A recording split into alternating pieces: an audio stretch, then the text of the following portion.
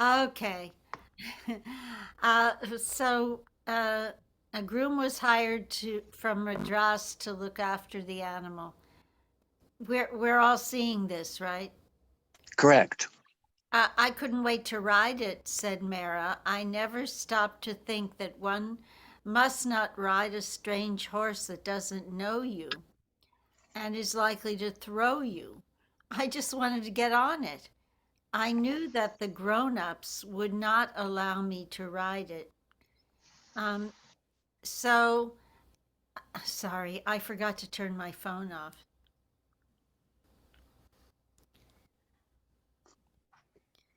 Okay, let me just turn it off. So after 2 days, I quietly went to the storeroom where the saddle and reins were kept in a gunny sack from my father's time. I had seen them there before. I quickly took them out and gave them to the groom, instructing him, clean these well and saddle the horse. I brought the bridle and the bit. The man assumed I had permission from my mother to ride the horse. He didn't know I was doing it on the sly. He saddled the horse and brought it outside. The horse was happy to be out of the stable. He was prancing about, wanting to have his exercise. I wasn't afraid.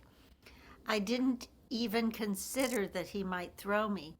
I was determined to ride him. Father had taught me to ride when I was 6, and though I hadn't ridden since he died, the groom held my knee and gave me a lift onto the tallish animal. I didn't ride by the front garden of the house. I was very cunning. After all, I didn't want to get caught. I went around the field and then uh, around the front to the main road. But some of the elders saw me, and they came running from the veranda shouting, Arsi, Arsi, Ari, Are. No, Mara, come back. Don't ride that horse. He's going to throw you. He's a very high strung animal. He's new. Get down. It's all right, I shouted back. I'm going to ride him. He's obeying the rein and not coming. I'm not going to come back. The horse was quite good and did not throw me.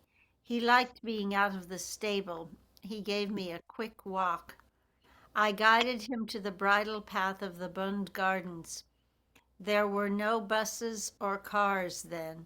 This was 1918 and lovely sand had been put on the paths. I had seen European ladies and gentlemen using these same bridle paths during my Sunday outings in the park. My mouth was always watered to see them riding. How lovely they can ride! That thought had always passed through my mind. Now I had my own horse, I thought. I must ride on those paths. I guided the horse and cantered on the path. We came home safe and sound. When the elders saw I was okay, they did not object to my riding the horse. But I had no time after that. I rode it only 2 or 3 times more because I had to go to school and learn the piano also. I used to walk to the convent school, which was nearly 3 miles away, and come back tired. I didn't think of at all of riding. After the horse came, within a few years we joined Baba. Mara had wondered why anyone would want to sell such a fine animal, and that too so cheaply. She knew the horse had been owned by a wealthy man, and she heard certain horses bore a mark, which meant that whoever owned them would lose all their property and become like a fakir. Is that how you say it? Yep. Ascetic. Mara examined the horse closely but did not notice any special marking on it. Yet someone who interprets such things had told the wealthy man that this horse did have a particular mark, which meant that he would soon be forced to give up all his wealth. Not wanting to forfeit his riches, the man sold the horse. The prediction turned out to be accurate, as 2 years after Dalit bought the white horse, she and her daughters left everything to join Meher Baba's ashram, where they lived like fakirs. Although Mara did not ride it much, she often visited the horse in its stable and affectionately patted its neck. She named it Bob's. After some times, they discovered that the Madrasi groom had stolen something. He was fired and another groom took his place. But this groom was not very particular about his duties, and one day the white horse got lost. It went near the Tonga horse, and the Tonga horse also got lost. Both trotted out of the stable onto the main road. Everyone came running out of the house shouting. The horses jumped over a neighbor's wall and began trampling their garden. The elders scolded the groom, who, with the help of a few other men, chased the animals. Mara was afraid that Bobs might hurt his legs, but the horses were eventually caught unharmed. On another occasion, the white horse again got loose. He was so full of mischief, Mara observed. As she mentioned, one of the reasons Mara did not have time to ride the horse was that she had been taking piano lessons. Paroja had studied the piano, and she encouraged her younger sister to do so as well. Mara started taking lessons when she was 11. Learning to play the piano was in vogue in the early days of the century. Most wealthy persons owned a piano, and properly educated young ladies were expected to play. Every room in the convent, oh my gosh, every room in the convent school had a piano, and many girls, including most Europeans, took lessons. The instruction was of high caliber. When the bell rang for recess, the girls rushed to practice, as most Indian girls did not have pianos at home. Um, Eugene, would you like to pick up? Sure. Dalit had bought a piano so that the girls could practice at home. But on Saturdays, Mara had to go back to school for music theory classes, which Paroja had said would be useful to her. Mara was not happy about giving up her Saturdays. Now only Sundays were free. This was too much for me. I was a playful child and wanted both Saturday and Sunday to play with my dogs. Each Saturday, she had to wake early, get dressed, trudge to school, and spend 2 hours studying music theory. My Saturday was ruined. The music theory teacher was a Parsi woman whose mother was a Christian. She had been raised as a Christian and had become a nun. Although Mara did not like losing her Saturdays, she liked her teacher. She was fair complexioned and perfect in her teaching and playing. Though Mara had just started the piano, she was placed in the juniors class with other girls her age, rather than staying in the preparatory section. This meant that she had to work even harder to make up for her late start. Moreover, piano examinations were held periodically for every girl, and Mara, who had skipped the first two exams for beginners, would have to take this one for juniors. The exam was held at St. Mary's, a posh girls' school in Pune, exclusively for Europeans. The children from the convent school went in buses and vans, clutching their music books, nervous and excited. Everyone had to ask to go to the bathroom, Mehera recalled. At St. Mary's, a large hall, like a drawing room with a terrace, had a grand piano in it.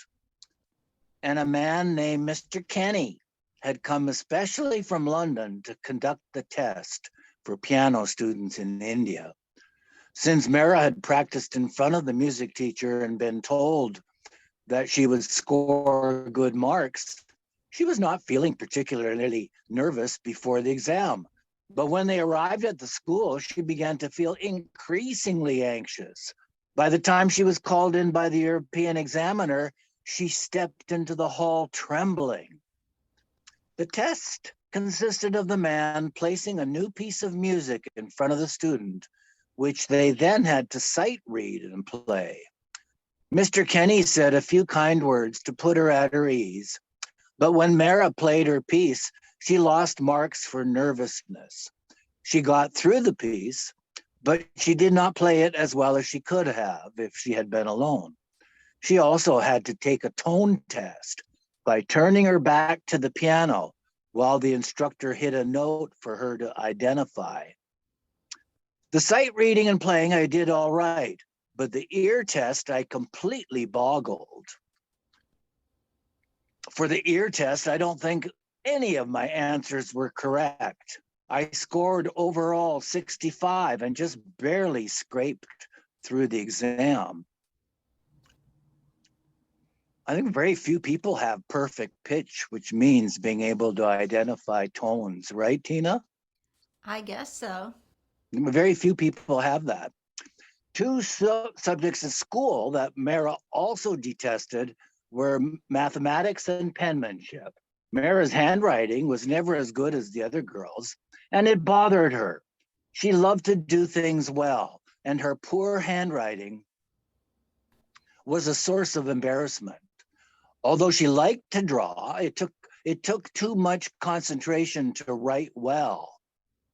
No, although she liked to draw, it took too much concentration to write well, and the strain tired her quickly. Mehera always preferred something physical rather than mental. The same was true with languages. Some girls at the convent school, including Mehera, took French as their second language, but Mehera only took it for a year or so. It was awful. We never liked to learn it. It was too difficult. Being of Persian descent, Dowlett had an affinity for Persian, although she did not speak it, and she tried to have her daughters learn it. Persian was not taught at school, which meant that they would have to go elsewhere for lessons. A mogul was willing to give the girls lessons, but they would have had to go to his house, which was far away. With their school and piano lessons, it was too much. Besides, Dowlett did not want the girls going alone to a man's house. So Mehera never had the opportunity to learn Persian until she joined Baba, when she did learn the alphabet and how to read it. Dowlett also wanted Mehera to learn to read and write Gujarati. She even hired a Gujarati tutor who came to their house every day to give lessons. When Mehera came walking home from school, she would see the man waiting for her on the front veranda and moan, "I'm so tired from school, and now more lessons." She only learned the first book of beginning Gujarati. She even hired a Gujarati, no, sorry. She only learned the first book of beginning Gujarati. But Mehera discovered that she enjoyed the private tuition. After all, the lessons were stories in poetic form, all of which taught various moral lessons, virtuous moral lessons. Remember to wash your face and hands, obey your parents, come straight home from school, were some of the themes. One story was about a boy's axe that falls into a well. An angel appears and offers the boy a golden one. But the boy is so truthful and honest that he says, "No, I must return my father's iron axe." The angel offers him a silver one, but this too he refuses. Such spiritual parables made a lasting impression on young Mehera. Okay, thank you. Deb, would you like to read? We're I think gonna. she's doing a phone call. Oh, okay. This is a picture of Convent of Jesus and Mary School where Mara went, Cute. and St. Helena's School in Pune. Well, now they look like prisons. Schools do. Meher, would you like to read? Yeah. Toriwala Road. Mehra's life at the Royal Hotel had been pleasant and happy. When Uncle Ardishir suddenly died, however, his widow, Aunt Daulat, was not amenable to Daulat's continued presence in the household. So Daulat began looking for a place of her own. She found a property that was for sale around the corner from the Royal Hotel, and she brought it from the European woman who lived there. Daulat and her daughters did not occupy the bungalow immediately. At first, the house was rented to an elderly English couple, Mr. and Mrs. Mandy. But 6 months after Daulat bought the property, the Mandys returned to England, where their children had been sent for their education and where one of their daughters was getting married. So in 1919, within a year after the White House was purchased, when Mehra was 12-year-old, she moved with her mother and sister into their new home at number 9 Toriwala Road. It was a large red brick structure with white cement pointing bay windows and burnt red trim. The last house on a paved dead-end road where 4 or 5 bungalows had been built amidst fields. Near their home lived the Maharaja of Kolhapur and a Eurasian family who ran a guest house. Also spelled Tadiwala Road, it is now named Ramabai Ambedkar Road.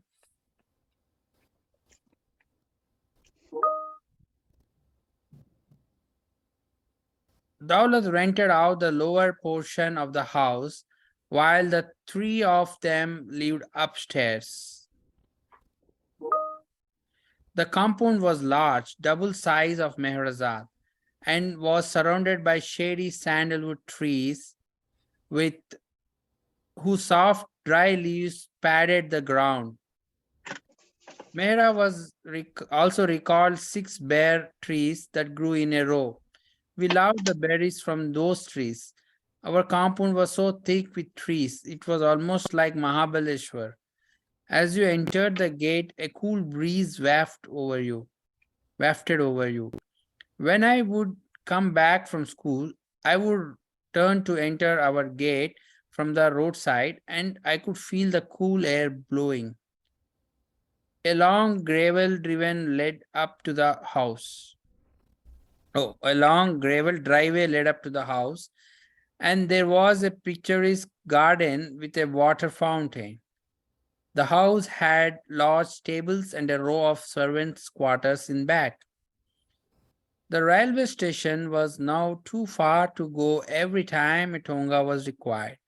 So Dawlat bought a small tonga with a khaki cover on top, big enough for 2 persons to sit comfortably. Mehra took the reins a few times near the river as she knew how to guide the horse. For a year or so, Dawlat and the girls lived in the large house. Then Dawlat had a smaller house constructed on the foundations of a dilapidated, toned down house in their compound. Rusi, Dawlat's younger brother, whose will you turn that page?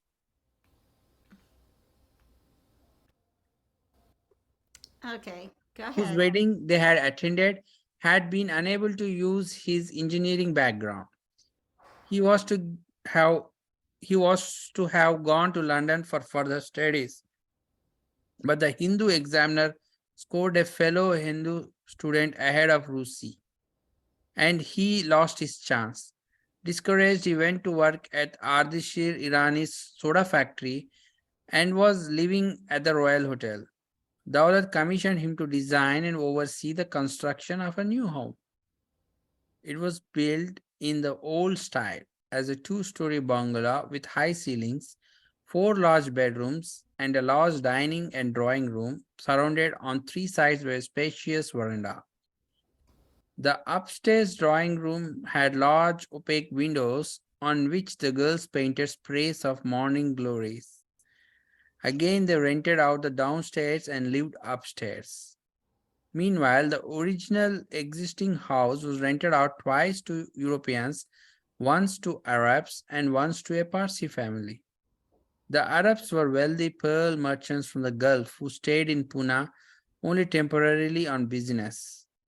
They moved in with their dark skinned slaves and many other servants. The children would play outside, but their women were never allowed into the garden. They stayed indoors always. Daulat took Mehra and Piroja to meet them, and they noticed that both dried and fresh fruit had been put in the hall to offer to any guests. They found the Arab women most cordial, but the Parsis were quite different. Daulat had assumed they were honest, decent folk. She thought they would look after the garden. But when they vacated 6 months later, they took half the garden with them. Ah, Yeah, they had stolen all the potted plants around the house. Although Daulat was not as interested in gardening as grandmother Shireen and uncle Dinsha were, she did not appreciate losing her plants. At their home on Todiwala Road, where they had more freedom to do as they pleased, Daulat intensified her devotions and rarely attended social events. Whenever the children woke in the middle of the night, they would hear their mother praying in a murmured voice in a room next to their own. She would get up, pray for an hour or so, and then go back to sleep. Zoroastrians have a custom of praying in front of water, and during the day, Daulat went to the river on the back of the horse where it was quiet. Once, while praying there, she saw a vision of a shimmering fish emerging out of the river. After the vision, Daulat never ate fish again, but she did eat mutton. The author asked Mehera whether she ever thought about God as a child. She answered, as a child, before meeting Baba, I don't remember thinking of God. I went to church once or twice at the convent school. I liked the atmosphere in the chapel, the lovely altar, the nuns kneeling. At home, Frini told me I must pray from the Zed Avista, Zoroastrian holy book, in Gujarati. I prayed duty bound. I was playful and liked climbing trees and running with my dog, Peter, going to the riverside. I loved nature and much preferred the outdoors. I liked to read but had no time. With school lessons, piano, and music theory, I had no time to think of God. thank you, Meher. Um, let's see. Deb, are you available? Yes, yes, I had to run off for a minute to make a call. Oh, Of her two sisters, Dalat was much closer to her older sister, Masi. She had married a Parsi named Noun Raj Driver, who worked as a railroad driver, hence the surname. Nowroj frequented the Royal Hotel where they had met and fallen in love. For an Irani to marry a Parsi was unusual in those days. All marriages were arranged, and grandmother Shireen and grandfather Sarab were adamantly opposed to this love marriage. The couple married anyway, despite the opposition from the Zoroastrian community. Among the Iranis in Pune, the three beauties of the town were considered to be one of Jahangir's sisters, Baba's mother, Shireen Mai, and Pranamasi. Whenever older men got together to drink, said Mehera, they would toast these three lovely young women. Pranamasi was tall and, like her mother, very fair-skinned. But because she was not happy in her marriage, she soon lost her good looks. The couple had 4 sons, Rusi, Homi, Faradun, parentheses, Padri, and Keki. But Nauraj drank, gambled, and often quarreled with his wife. He and Uncle Ardashir also fought, and for a number of years before Ardashir died, they did not speak to each other. Consequently, Nauraj had never visited the family at the Royal Hotel, but Pranamasi and the boys would sometimes come over. When Dalat moved to Tadiwala Road, one of her nephews, Faradun, parentheses, Padri, occasionally came by to see whether Dalat or her daughters were all right and took walks with them in the evening. Once he and his younger brother, Keki, stayed at their home for a few days along with their mother. Dalat felt sorry for her sister, and she and the girls would go to their house to visit. The family was not wealthy. They were just able to make ends meet and lived in a congested area of the cantonment.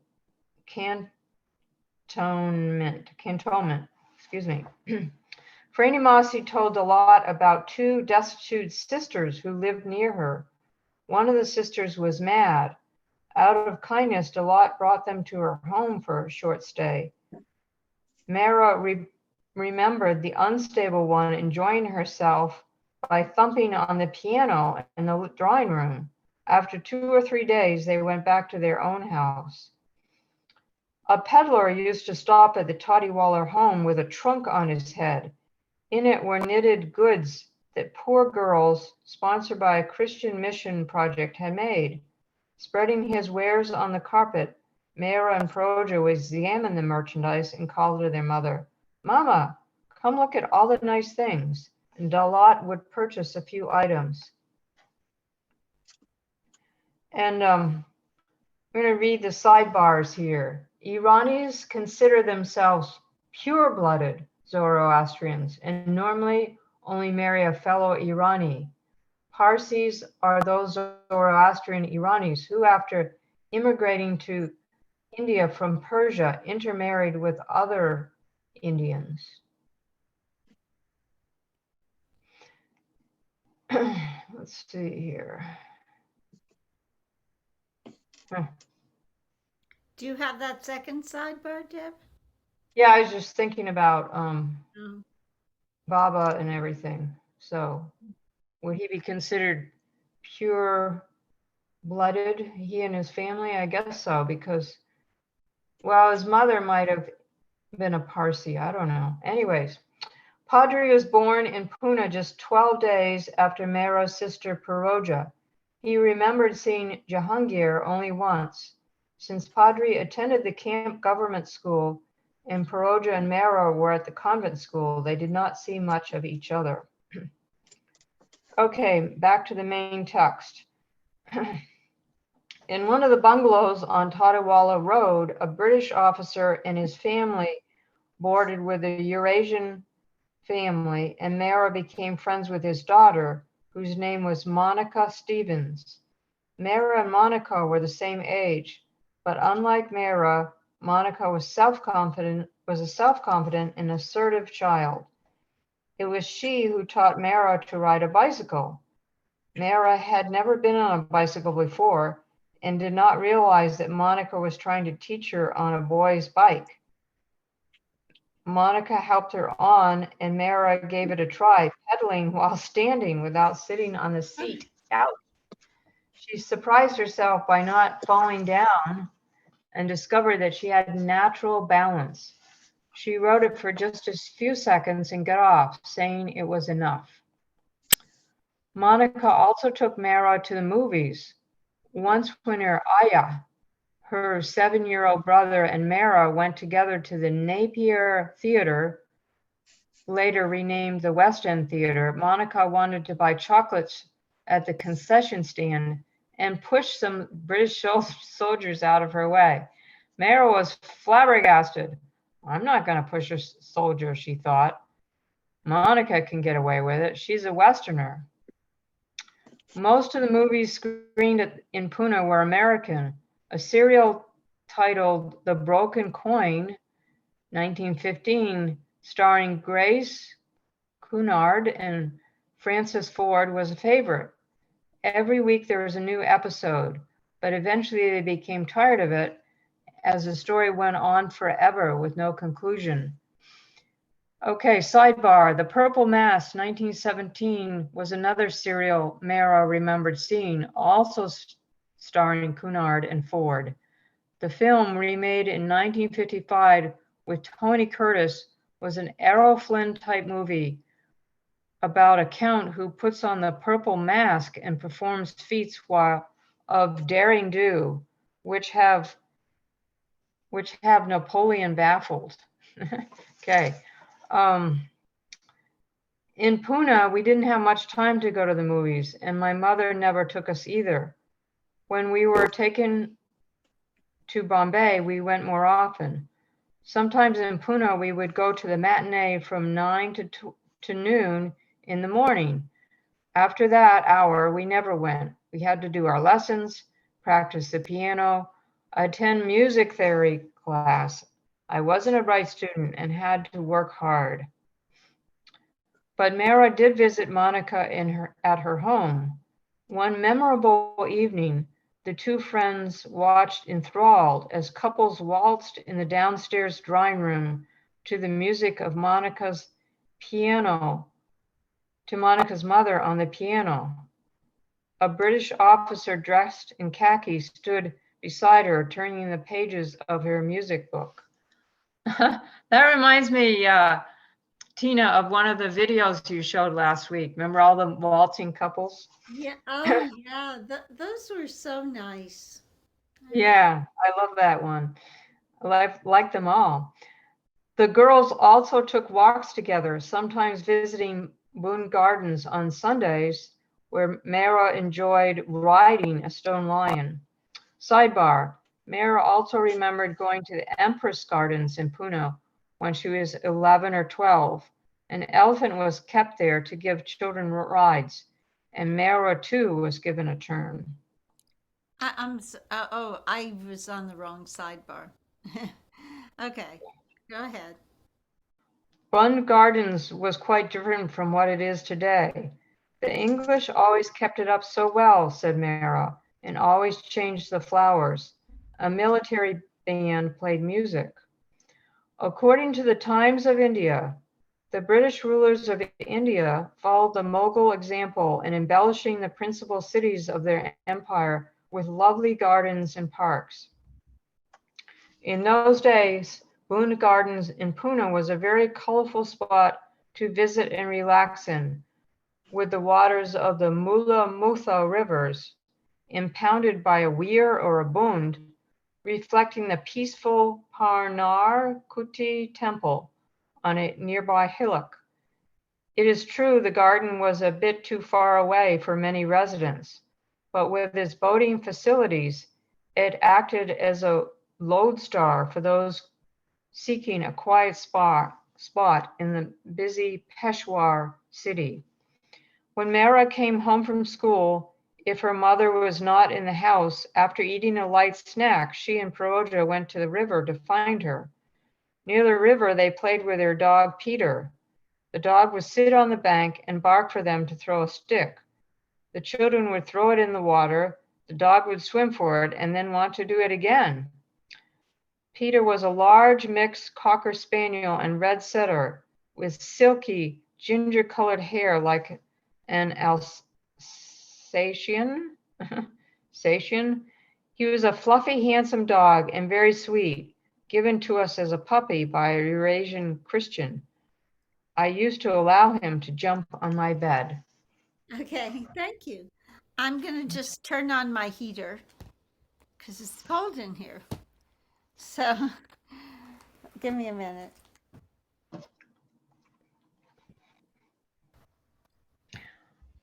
By the way, I have a question for you all, Tina, Babette, and Meher. Did you get the impression that at that Royal Hotel, they didn't actually have like paying guests, right? It was just the name, it happened to be the name of it. Maybe it was a hotel in the past. I thought, is that where Mara lived? Yeah, with the extended family. Like, Yeah. Well, okay, maybe it was like a residential hotel. Oh, okay. my idea is they might have a portion of it like like a rented hotel and portion like a quarter, like for the family to stay.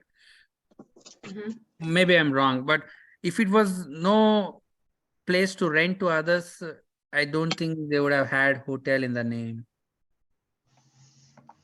Hmm. Okay. Okay. Well, thanks, Meher. I'll pick up. At night, when she had to feed him, Mara would stand on the upstairs terrace and call, Peter. The echo would come back, and Peter would come running. She would go down and give him his food. The river was a popular picnic spot. There was even a toddy plantation nearby. Bullocks pulled water from a well, which flowed through a stone trough. Mara and Peroja would lie on the soft grass by the small canal and put their faces near the water and drink it as it flowed past. Chins propped up on their palms, they would gaze contentedly at the skiffs and two-seater boats gliding past from the Puna Boat Club up the river. See, the same ones come today, they would tell each other. The ladies always carried parasols. One man stood on a plank as if it were a skiff punting. We had fun watching them. Whereas Mara was a bit lazy in her studies and had to be goaded by Dalit to do her homework, Peroja was a good student.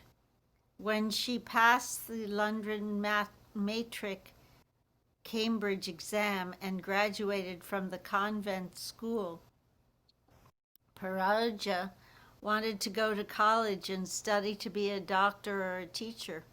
But the college was far away, and Dalit did not allow her to enroll. So Peroja began staying at home. Like her mother, Peroja was fond of sewing and enjoyed doing handiwork and embroidery. She made various dresses for herself and Mara, who hated to sew and found it tedious. The convent school was more than 2 miles from their house, and Mara walked there every day with her sister. But now that Peroja was staying at home, Dalit did not want Mara to go back and forth to school alone. It was decided to send Mara to a different school, closer to where they lived. On 3rd February 1921, when she was 14 and in the 5th standard means grade, Mara began attending St. Helena's, where she was called by her own name, not Mary, as she had been at the convent school. We saw a picture of that just before they showed pictures. St. Helena's, despite its name, was not a Roman Catholic school. Children of all communities were welcome. There were no nuns teaching Funds for its establishment had come from an American woman named Helen Gould. Hence, the school was named Helena, after Helena, the mother of the Roman Emperor Constantine, benefactor of Eastern Christianity.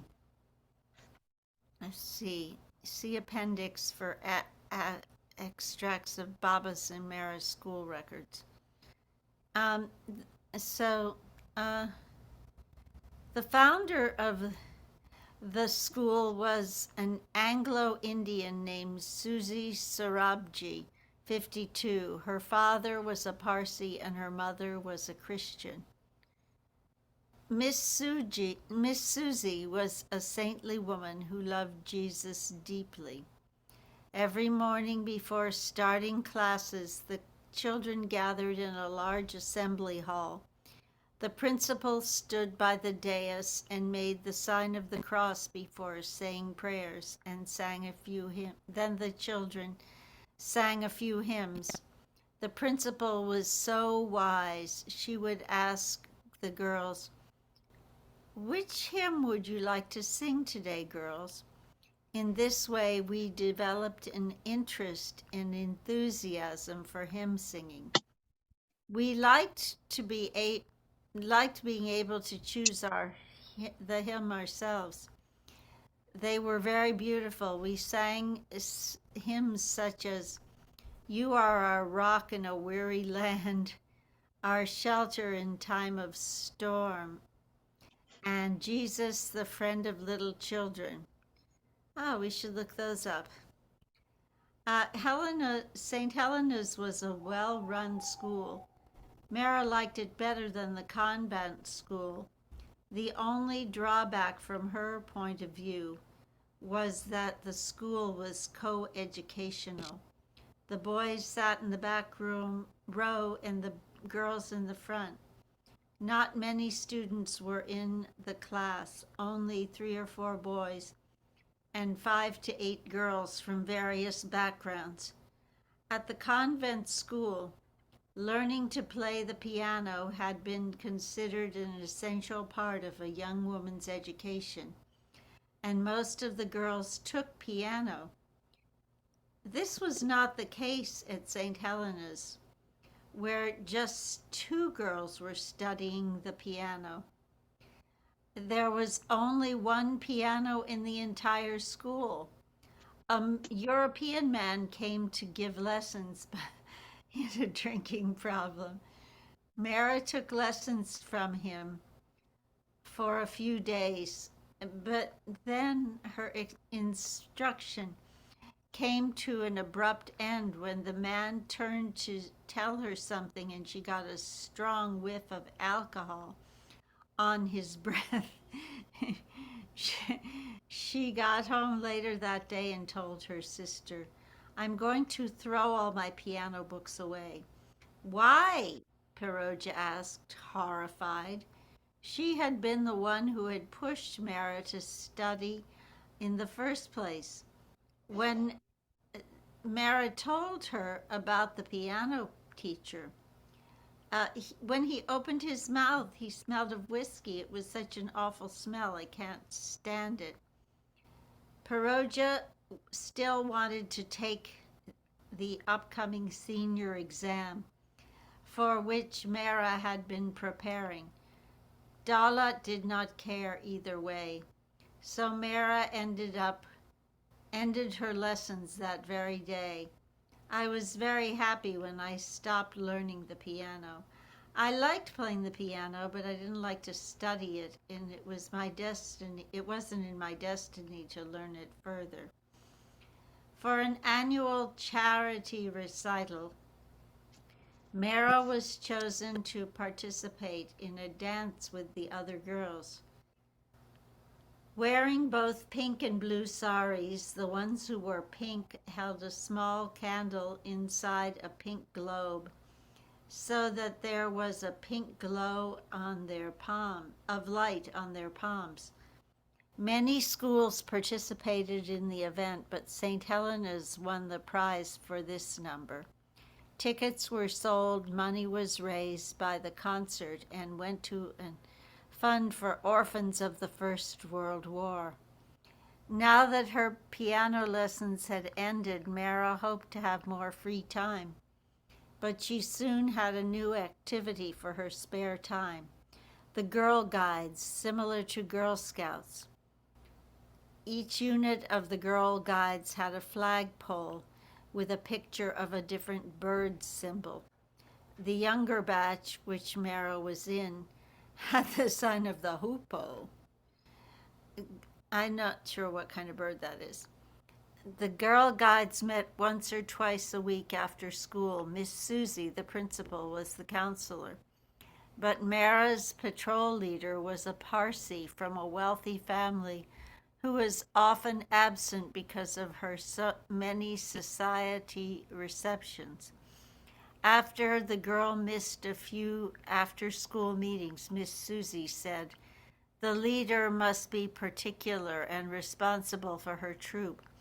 When the girl leaves, when this girl leaves immediately after class." She took the hoopoe flag and the leader's staff and came toward Mara. Oh, let me just read the sidebar.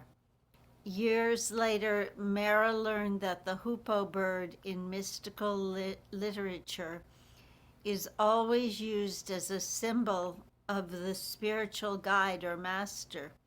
It is called the king of birds. Baba related that the bird has a spiritual significance, and Mara was pleased to hear that. She took the hoopoe flag and the leader's staff and came toward Mara, saying, "From this day, you are the new patrol leader." Okay, it's such detail. Um, who would like to, Eugene, would you like to continue? Yes. Mara was startled. I didn't want to be group leader, but I had to. I'd wanted to get out of learning the piano, and now I had to be a group leader. I was not so bright, but I put all my energy into learning the guide laws to teach the other girls. We had to know different kinds of knots and 10 or 12 Girl Guide laws by heart. The creed of the Girl Guide was something like, quote, "A guide is trusty, loyal, helpful, sisterly, courteous, kind, and pure as the rustling wind." This activity did not last long either, since a year later, the family joined Meher Baba. It had been a precursor to Mehera's role in the ashram, however, as it was her first time in a leadership role, and all the girls looked up to her. Although Mehera never rode a bike to the convent school, a few times she did ride a bicycle to St. Helena's, including once when she had forgotten her Girl Guide uniform at home and was scared of being reprimanded. Since she did not have her own, she borrowed someone else's bike and rode home to get the uniform. At another time, during their lunch break, she rode with a girl she knew to her house. They had a drink. Oh, cocktail? Mehera met her mother, and then they cycled back to school. No one had taught her to ride a bicycle since that first time with Monica. At home, she had borrowed a neighbor's cycle and practiced in the compound. Bob's, the white horse, had been brought with them to their house on Tadiwala Road, where Dawla used it to pull her private carriage. But one evening, Mehera decided to ride it again. The horse was saddled and Mehera mounted. She wanted to take Bob's to the fields, where she thought it would be fun to gallop. To get there, she rode the horse to the main road behind the stables. But when they got onto the road, the horse went out of control. It would not obey the reins and refused to go further. Something was wrong. Mehera jumped down, and as soon as she did, the saddle fell off. The groom had neglected to test the saddle, and the straps under the girth were broken. It was lucky Bob's had stopped. Otherwise, Mehera could have been thrown and seriously injured. No one was around, but a gardener from another bungalow saw from afar what had happened. He summoned his mistress, and they came running. Two people caught the horse and helped carry the saddle home, while Mehera led the way on foot. She never rode the white horse again. When Mehera was 14, a grand wedding to be celebrated, was to be held by the family of Mayor Dastur, a prominent and wealthy man. He had only one daughter, Dina, and he wished her wedding to be celebrated so elaborately that Pune would never forget it. The Zoroastrian community in Pune was small then. Everyone knew everyone else, since most were related in some way. And the entire community was invited, along with many Europeans. Hundreds of guests were expected, and a huge quantity of food was prepared. Dalit had stopped attending such functions since her husband died. Oh, let's just back up, Tina, please, a bit. And there was a little sidebar. The family founded the Dastur Grammar School that Meher Baba attended. So Dalit had stopped attending these functions since Jahangir had died, but people from the Dastur family came personally to their home and told Dalit, "We know you won't come, but please send your daughters." Meher, are you there? Do you want to continue reading? Take a turn. Meher? Yes, yes. Can you point me where we are? At the top, Dalit agreed.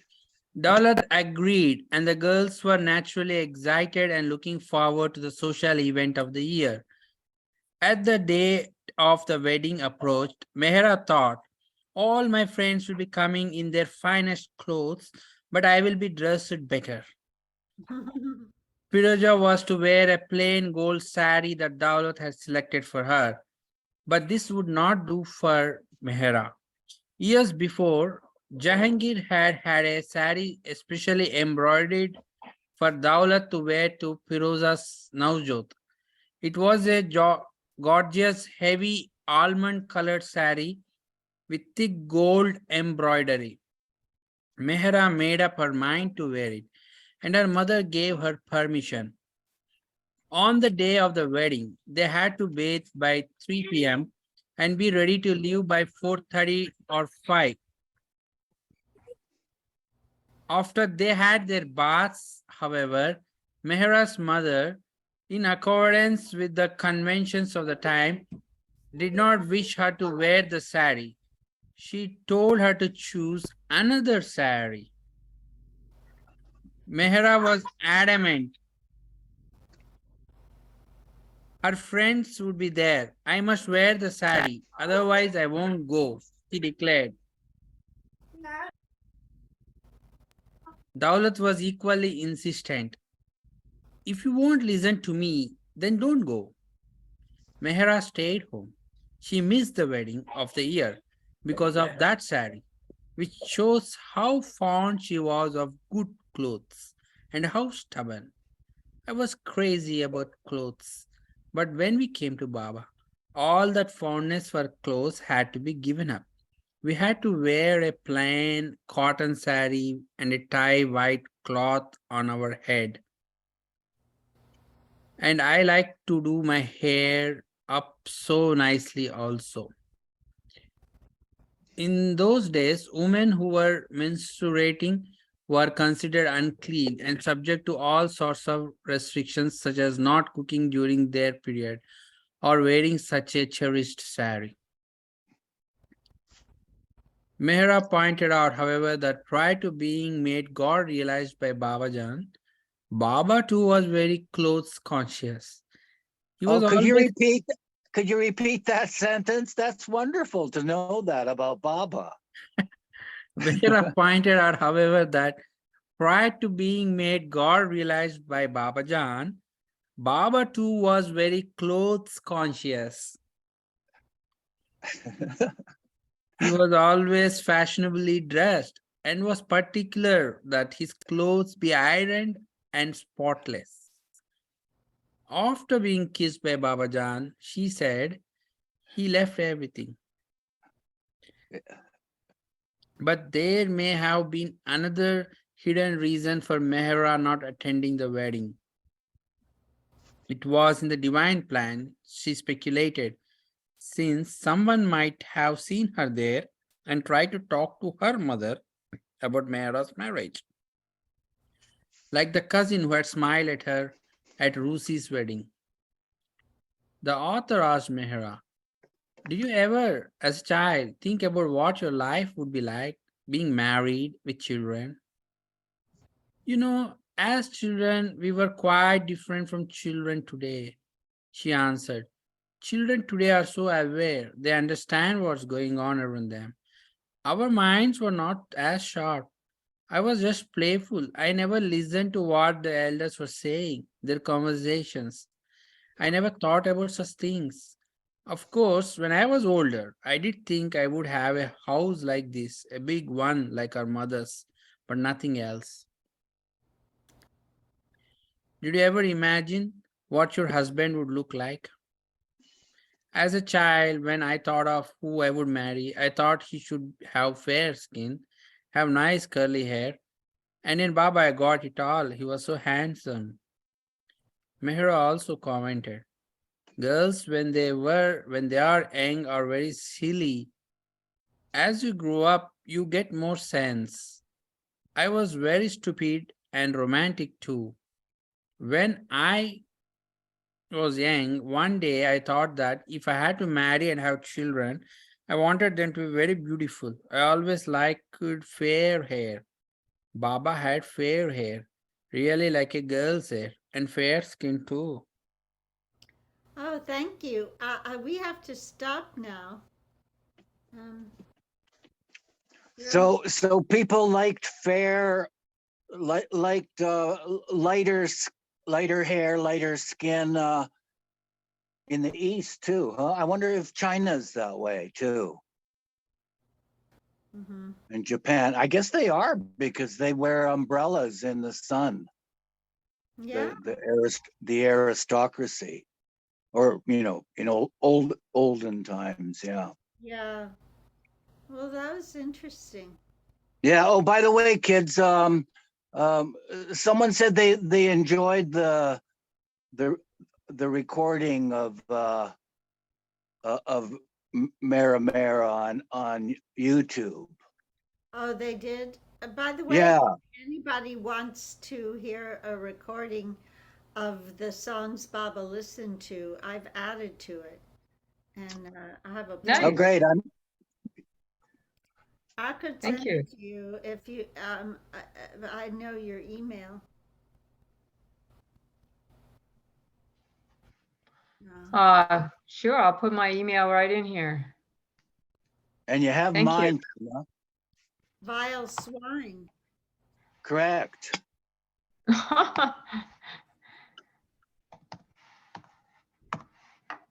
Let's see. And the talk about bicycles, I just realized, I mean,